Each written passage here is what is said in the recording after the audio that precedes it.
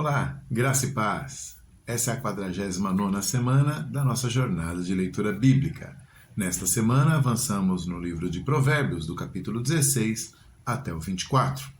Continuamos, então, a longa sessão central ali do livro dos Provérbios de Salomão. Começamos na semana passada, porque essa sessão começa lá no capítulo 10, né?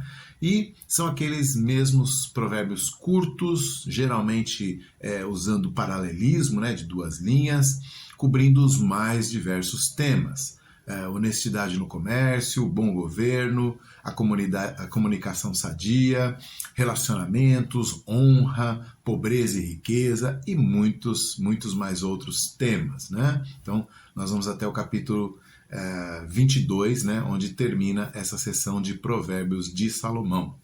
Depois do capítulo 22 até o 24 são os Provérbios dos Sábios. E aí nós temos provérbios um pouco mais elaborados, né? Por exemplo, contra o abuso do álcool, ali no capítulo 23, vai do 29 até o 35. Né? Compare isso, por exemplo, com o provérbio de Salomão, que fala do mesmo tema, né? Do abuso do álcool. No capítulo 20, apenas um versículo. O versículo primeiro já esgota o assunto, né? Ou na seção que fala contra a preguiça, no capítulo 24, do 30 até o 34, e aí você compara com o capítulo 13, versículo 4, que também fala da preguiça, mas daquele modo sintético e rápido de Salomão. Então, os provérbios dos sábios, um pouco mais elaborados, nesses últimos capítulos da leitura dessa semana.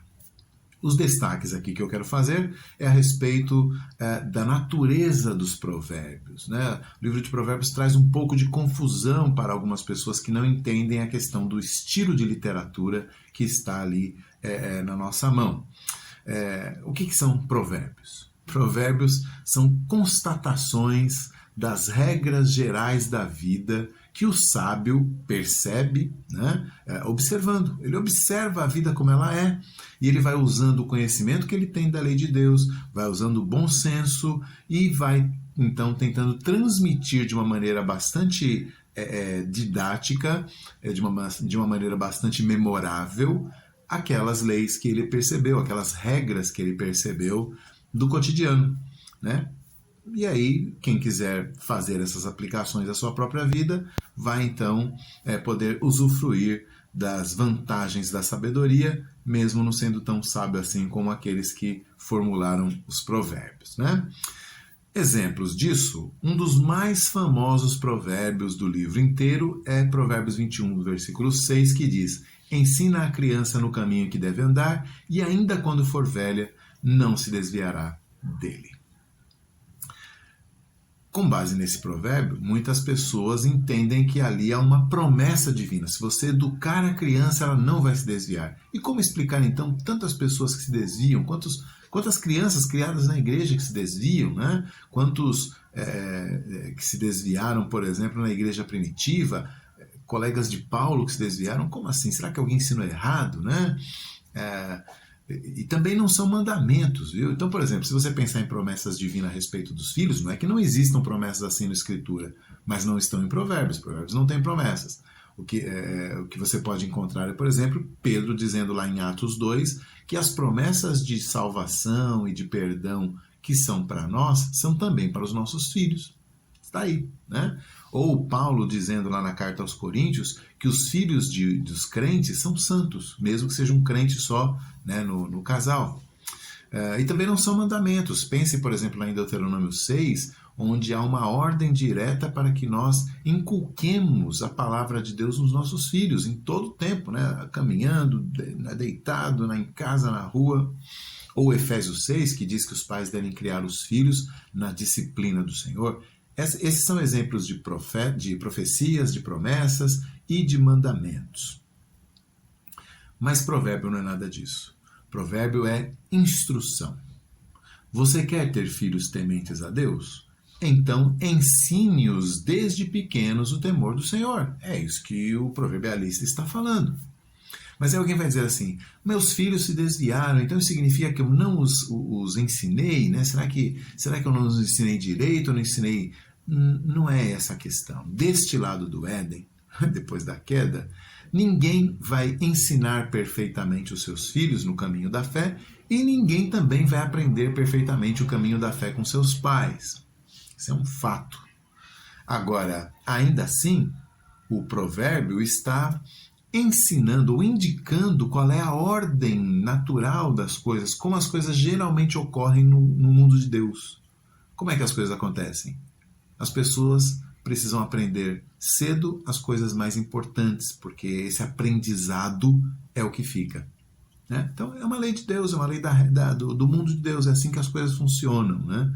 Então, se você quer que seus filhos aprendam o caminho do Senhor, ensine logo cedo. Ensine logo cedo. Porque se você deixar para muito depois, isso vai ser muito dificultado. Então não é uma promessa de que os filhos nunca vão se desviar, não é necessariamente um mandamento de ensinar os filhos, essas coisas estão em outros textos da Bíblia, mas o provérbio está nos indicando qual é o caminho para alcançarmos um determinado fim. Você quer filhos assim? Então faça desse jeito. Esse é o jeito certo de fazer, sem necessariamente uma promessa, né?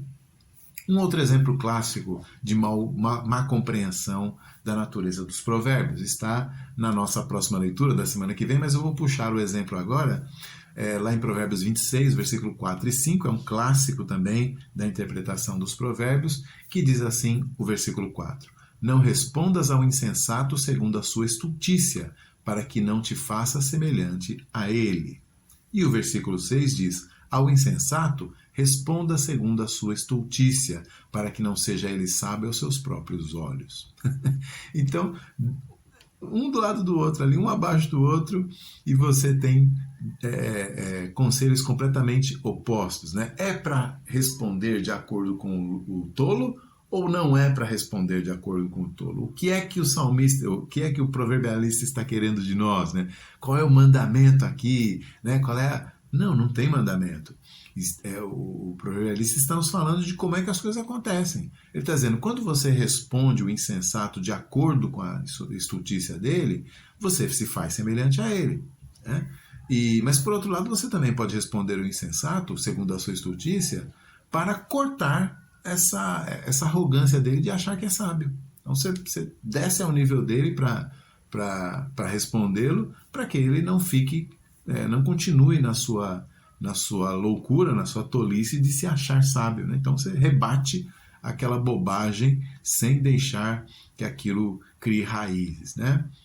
Então, cada um desses dois provérbios, né, esse par de provérbios, ele tem a sua percepção da realidade e das consequências de cada ato.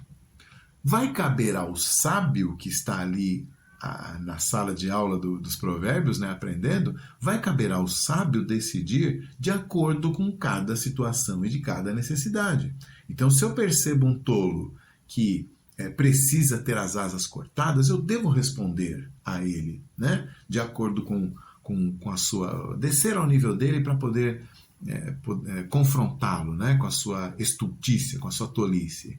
Mas há situações em que o sábio vai perceber que se ele fizer isso, ele só vai estar dando mais corda para o tolo, né? Ele vai só piorar a situação. Então ele sabiamente fala, essa situação é a primeira, essa situação é a segunda. E então ele tem, na sabedoria dos provérbios, já essa informação antecipada de como é que as coisas funcionam. E pode, portanto, com muita sabedoria, prever os resultados e agir de acordo com aquilo que é mais conveniente para o bom senso, para a lei de Deus, até mesmo para a sociedade, até mesmo para o tolo. Né? Até o tolo pode ser beneficiado se o sábio decidir de acordo com a situação e com a necessidade. Então, esses dois exemplos que eu pincei aqui das nossas leituras, talvez nos ajudem a entender a natureza dos provérbios. Provérbios não são leis de Deus, né? Provérbios não são promessas de Deus. Provérbios são observações de como as coisas funcionam no mundo de Deus.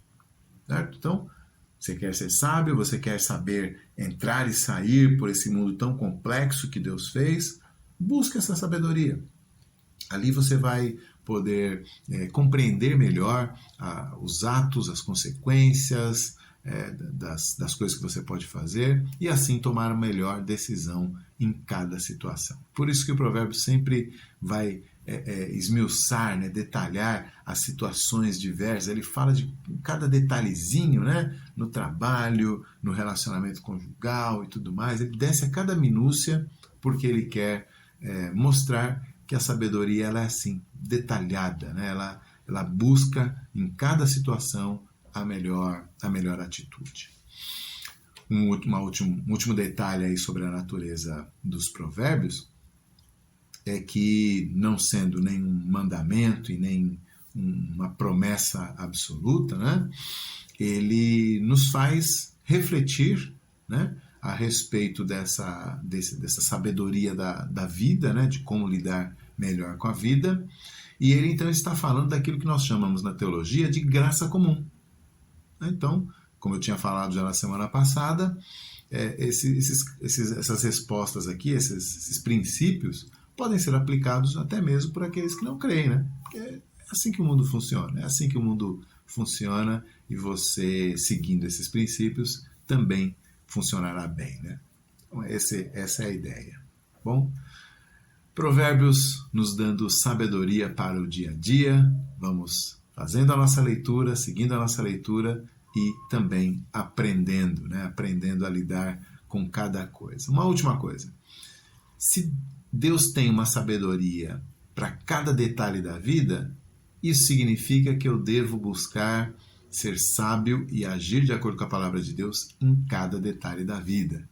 Eu espero que as nossas leituras nos ajudem nisso também. Até a próxima semana.